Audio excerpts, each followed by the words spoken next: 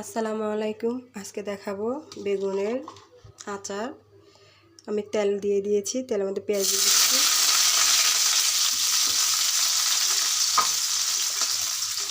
তারপর দিয়ে দিচ্ছি কাঁচামরিচ আর রসুন।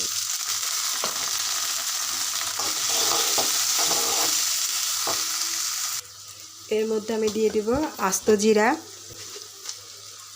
আমার পাঁচফোড়ন নাই, পাঁচফোড়ন থাকলে ভালো হতো, শুকনো মরিচটাও নাই।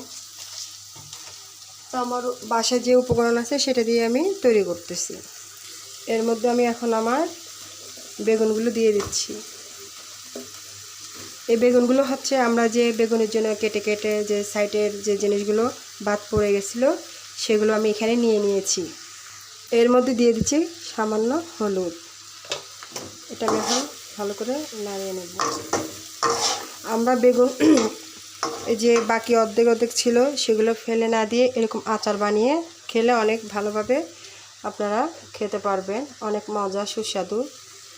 তাই আমি না ফেলে না দিয়ে এটা দিয়ে আমি আচার বানিয়ে ফেলতেছি। এটা ভাজি করে খাওয়া যেত, মনে করলাম যে না, আচারের সাইজটা করা আছে, আমি আচারটা বানাই ফেলি। এখন আমি দিয়ে দিব মরিচের গুঁড়ো পরিমাণ মতো।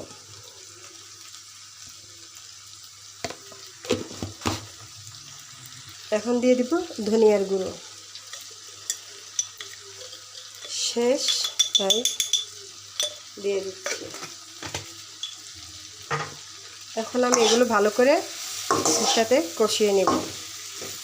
আস্ত রসুন তো দিয়েছি, এখন রসুন বাটা জিরা বাটাটা একটু দিয়ে দিচ্ছি সামান্য।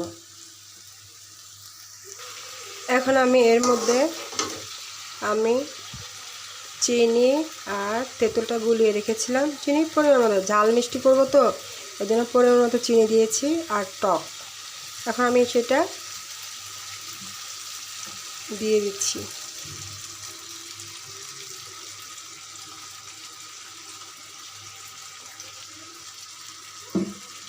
টক মিষ্টি ঝাল বেগুনের আচার করতেছি। আমি আরেকটু ভালোভাবে কষিয়ে নিব। আমার বেগুনের আচারটি হয়ে গিয়েছে।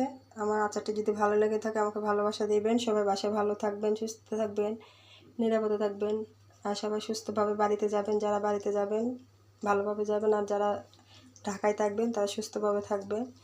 তো সবাই ভালো থাকবেন। আল্লাহ হাফেজ।